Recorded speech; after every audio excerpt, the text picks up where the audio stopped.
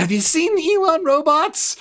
I don't want that. Why is he doing that? That's scary. If you buy me one of those, I will smash it. I will smash it. I will smash it. That's what my mom said. Hey there, friends, fans, and foes of Dad Saves America. John Popola here. And how can I not take this Friday to talk about all things Elon Musk? It's appropriate to take a minute, both celebrate and examine what Elon Musk is doing and how we should think about him in our culture. With high drama and high risk, the world's largest, most powerful rocket did something extraordinary. Minutes after launching its uncrewed, super heavy Starship rocket, SpaceX returned its booster stage back to the launch pad in Boca Chica, Texas. What an incredible view! Here's how. By plucking it out of the sky using giant metal arms called chopsticks. The fifth test flight is part of SpaceX's race to develop reusable rocketry for interplanetary travel.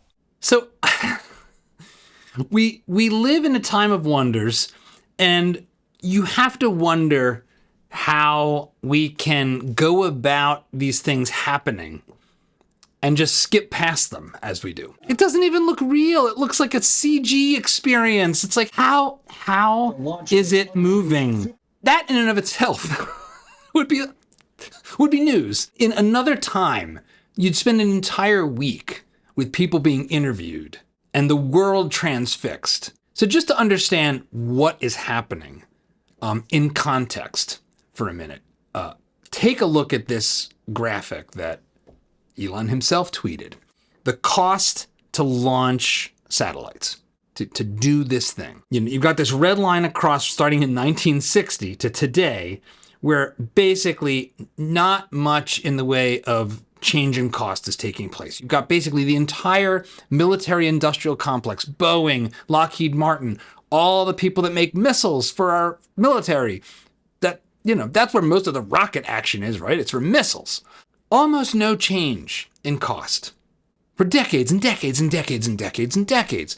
And then along comes SpaceX, the purpose of which sounded crazy from the beginning. A private for-profit space venture? Why would you do that? Why would you do that a decade ago? And yet, over the course of the past decade, he has collapsed the cost of launching things into orbit.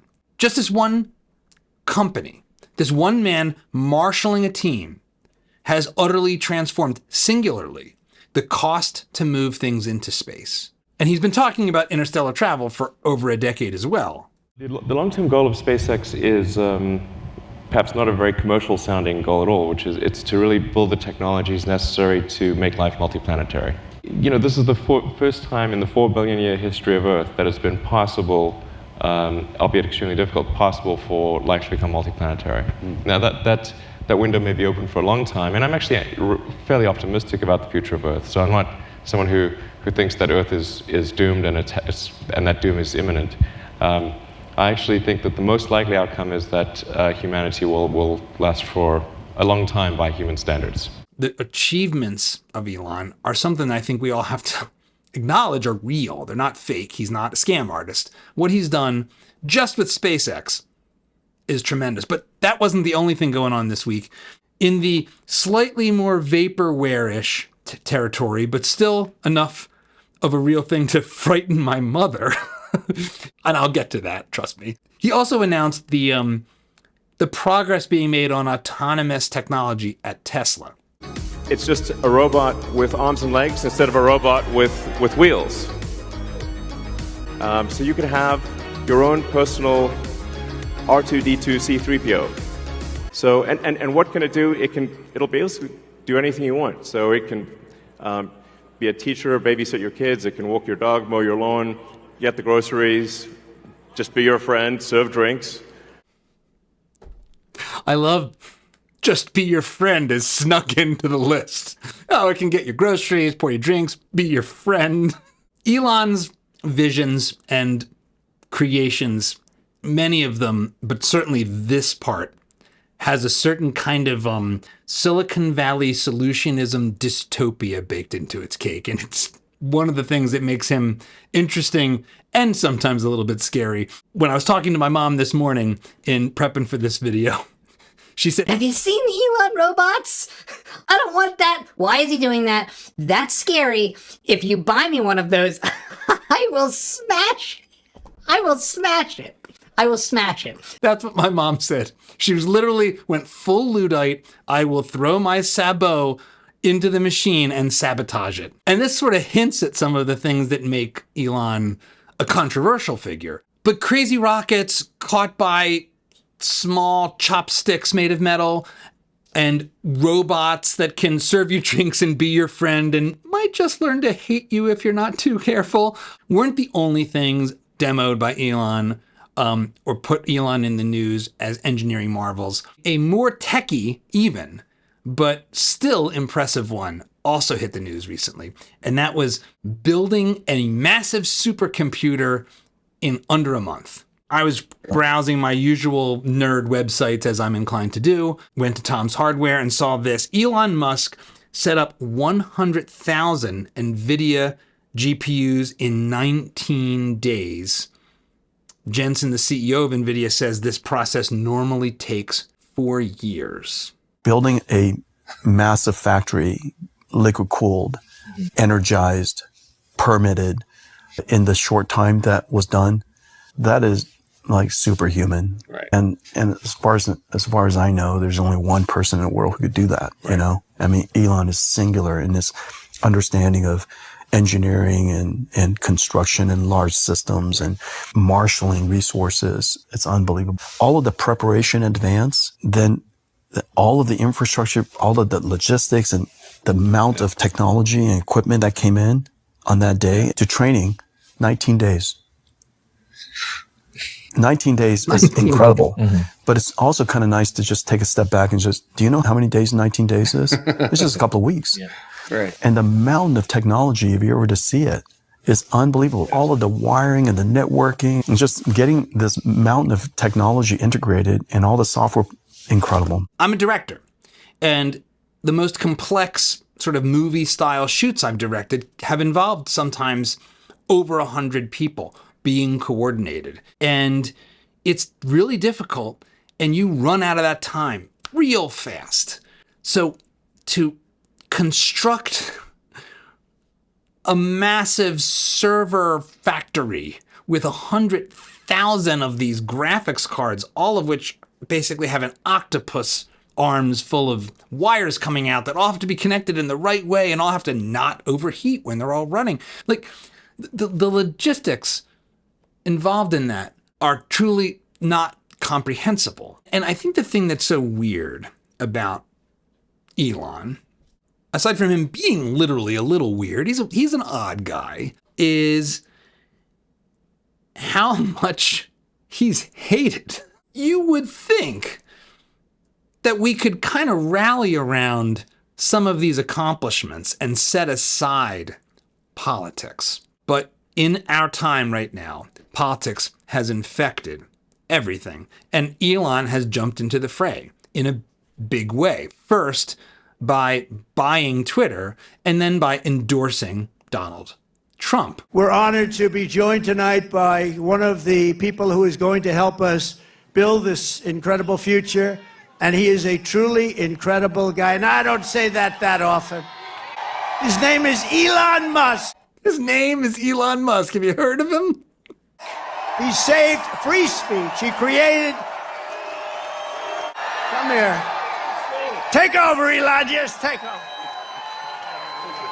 That's a crazy week for anyone to have. Any one of those accomplishments is significant. For one guy to be involved in all of them in ways that were meaningful and causal is incredible. And so in a very real sense, I think that Elon is, as Jensen sort of was alluding to, a singular character. And I think the thing that has become so difficult in our culture is that we have an ethos, and it is captured in DEI, diversity, equity, and inclusion, that is militantly against exceptionalism, that is fundamentally the enemy of excellence. Because excellence isn't equity. Excellence is essentially the opposite of equity. Equity is defined as equal outcomes. We all end up in the same place. Excellence ain't that. And I think that is what makes Elon such a lightning rod. It isn't even the politics. It's the extent to which what he does flies in the face of what our culture tells us, and especially our kids in school, to do and to honor. And it's gotten especially weird in the past couple of decades because we are now in this, it's a kind of postmodern anti-hero world. You know, we see it in our movies and TV. We're in the Breaking Bad America, where the only thing that's really celebrated is being a critic, not being a creator. It's being the anti-hero. Having actual heroes is cringe. Having actual people that you look up to and that you strive towards wanting to be like, well, they're probably part of the patriarchy, or they have toxic masculinity, or they're just greedy. These aren't new forces, but they have been magnified to such an extent that there's an entire class of people that just wish Elon Musk and people like him would cease to exist in this world, that we should ban all billionaires and the like. One of the things that, in thinking about Elon this week, I found myself going back to is the distinctions between him and the culture and the response to him and his work with my hero, or one of my heroes, because my dad is one of my heroes of all time. But out there in the world, not a father or grandfather, maybe my all-time non-religious hero is Steve Jobs. A highlight of my life and career was a little over 20 years ago, which really makes me feel old. I actually got a chance to visit One Infinite Loop, the original Apple campus. I was one of a set of producers at Nickelodeon. By being a nerd, I got to be friends with our Apple sales rep, and she set up this little trip. And so I got to go and meet a bunch of engineers. It was completely amazing. I was in nerd heaven. Here we are, you know, young whippersnappers, super geeked out to be in the midst of these things we love. Right over my shoulder here is one of the best, the Apple Cube. And the thing about Steve Jobs that I admire a lot of things about him, but I think most singularly is his absolute psychotic, maniacal passion for excellence. Excellence to no end. He saw himself as being, bringing together the arts, humanities, and technology. And he believed in the power of design and excellence in design to such an extent that when he was working on this thing, he actually cared about how the inside of this completely sealed box actually looked. That doesn't make any sense. It doesn't make any sense. Why would you care? Why would you care what the motherboard looks like? Why would you obsess about the layout of internals of a computer? It's because it was more than just a job. It was more than just a path to wealth. Excellence was baked into his vision of his purpose. It was part of who he was. And people like Jobs and like Elon Musk and Thomas Edison and even political leaders like Teddy Roosevelt or JFK or Ronald Reagan, they tend to be crazy people. This is the thing about the movers and shakers, so to speak. But really, this is the thing about leaders. Leadership is weird. And I think at its best, leaders bring people together to accomplish something that they otherwise couldn't accomplish or wouldn't have thought to try, if not for the leader's vision. This was one of the things that's pretty clear about Elon, and it was definitely true of Steve Jobs. Jobs was renowned for being a jerk, for being really hard on people, for being really difficult to work for. And yet, especially when he came back to Apple in the late 90s, he had incredibly low turnover among the executives that worked with him and for him. He was beating these people up all the time. But He called them to something great. He laid a vision for what their purpose was that wasn't just about making money. It was about making people's lives better. It was about producing the good, the true, and the beautiful. And that's the thing about our moment right now. I think a quote from Steve Jobs that is really important and instructive for this weird thing of leadership and of running things, running a company or running an organization, that is often misunderstood, is that you are ultimately marshaling people. Jobs said, "My job is not to be easy on people. My job is to take these great people we have and push them and make them even better." This is the stuff of legends. This is the stuff of countless documentaries about this man. This is one of the things I do hear. And the people behind this lens know it, and I think probably don't always like it and don't always tell me that they don't like it. But that's okay, because shouldn't we want to achieve something great, something better than we think we can do? This is what these people like Elon and like Steve Jobs and others offer us. They offer us a heroic vision. And we have a culture in this country that increasingly sees that as somehow toxic or needing to be cut down. We're becoming a little too Scandinavian. In Norway and in Denmark, they have this phrase, jantelaw. And it's this notion that no individual should be too special. You're not the special one. You're no different. You're no better than the rest of us. It's the equity ideology. And that ideology is bullshit. We are all special in different ways, and some of us are truly exceptional. And as a father, as a parent, I want my son to strive for excellence. I'm not sure what that striving will be towards.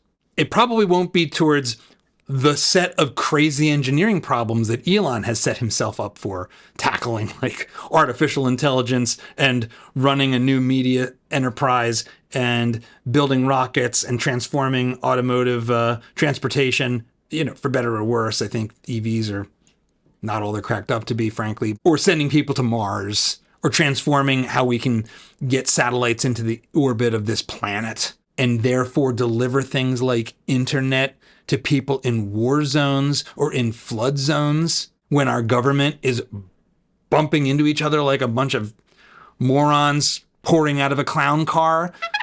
He's singularly accomplished multiple things that academic economists say aren't the purview of private enterprise or the individual, but are things only government can do. And I think that's one of the other reasons why he's hated so much, because he falsifies the big government narrative. But set that aside. Set the politics aside and the Trumpiness aside. I think we have to grapple with, individually, our relationship with people that are admirable and crazy at the same time, and recognize something about human nature. We want to be able to have it all. We want to be able to have people who have the guts, have the fortitude, have the stomach for breaking through barriers, through reimagining solutions to problems that have been intractable or just taken for granted as the way it is. We want those people, those disruptors, those crazy ones, but we want them to be nice and warm and cuddly and friendly. We want them to be Mother Teresa. And Mother Teresa herself you could call a disruptor.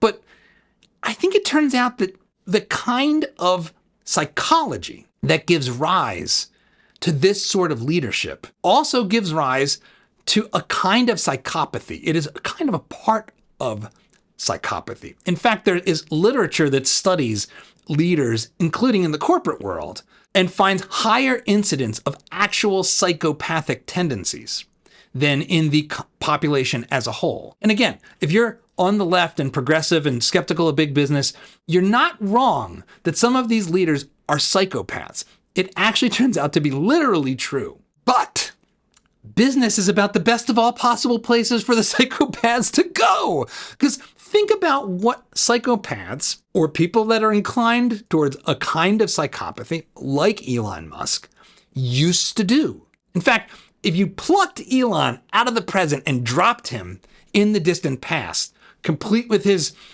inclination to have a lot of babies with people, different people, the closest you could find would be somebody like Genghis Khan. We live in this very narrow period in the human experience. It is like the blink of an eye in our existence on this planet, where maniacal, crazy, singular vision can actually be productive and even beneficial in a win-win-win positive sum situation where everyone ends up more or less better off. Prior to 5 minutes ago, which is to say the Industrial Revolution, all of human history was marked by those kind of people being Caesar or Genghis Khan, or in the 20th century, Adolf Hitler, Chairman Mao, Lenin, Stalin, and Pol Pot. That is the typical way this outlier lunatic that emerges in our population takes shape and takes charge. And I think that might be one of the reasons why the human animal struggles with people like Steve Jobs and Elon Musk. There's something perhaps baked into our DNA that fears this kind of person, this kind of power. Because most of the time it's been used to smash us and bludgeon us and plunder our stuff and do much, much worse, stuff that YouTube censors you for. So I think we should be a little more grateful to live in a time where that energy can get funneled into something good, into something great, into something insanely great. And I think we as parents need to do our part to push back on a culture that wants to cut this down at every turn, because our kids need some more heroes to look towards. They need people that inspire them to do the impossible and that prove that it can be done. And that's what Elon Musk is, or at least a fair amount of him is that. And that is special. And I think we as parents are in new territory for helping our kids navigate this kind of world. It is a different world than when I was growing up. And I think what we ultimately have to do and help our kids find is a collection of heroes. I think that's actually maybe the best thing we can do in general, is don't put all our eggs in one heroic basket. I love Steve Jobs, and I love my grandpa Fadulo.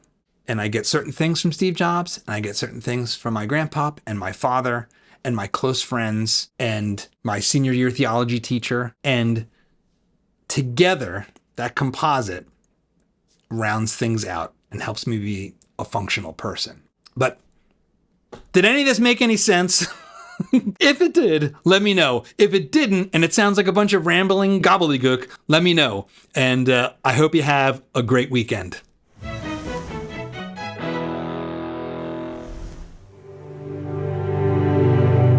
Here's to the crazy ones, the misfits, the rebels, the troublemakers, the round pegs in the square holes, the ones who see things differently. They're not fond of rules, and they have no respect for the status quo. You can quote them, disagree with them, glorify or vilify them. About the only thing you can't do is ignore them, because they change things. They push the human race forward. While some may see them as the crazy ones, we see genius. Because the people who are crazy enough to think they can change the world are the ones who do.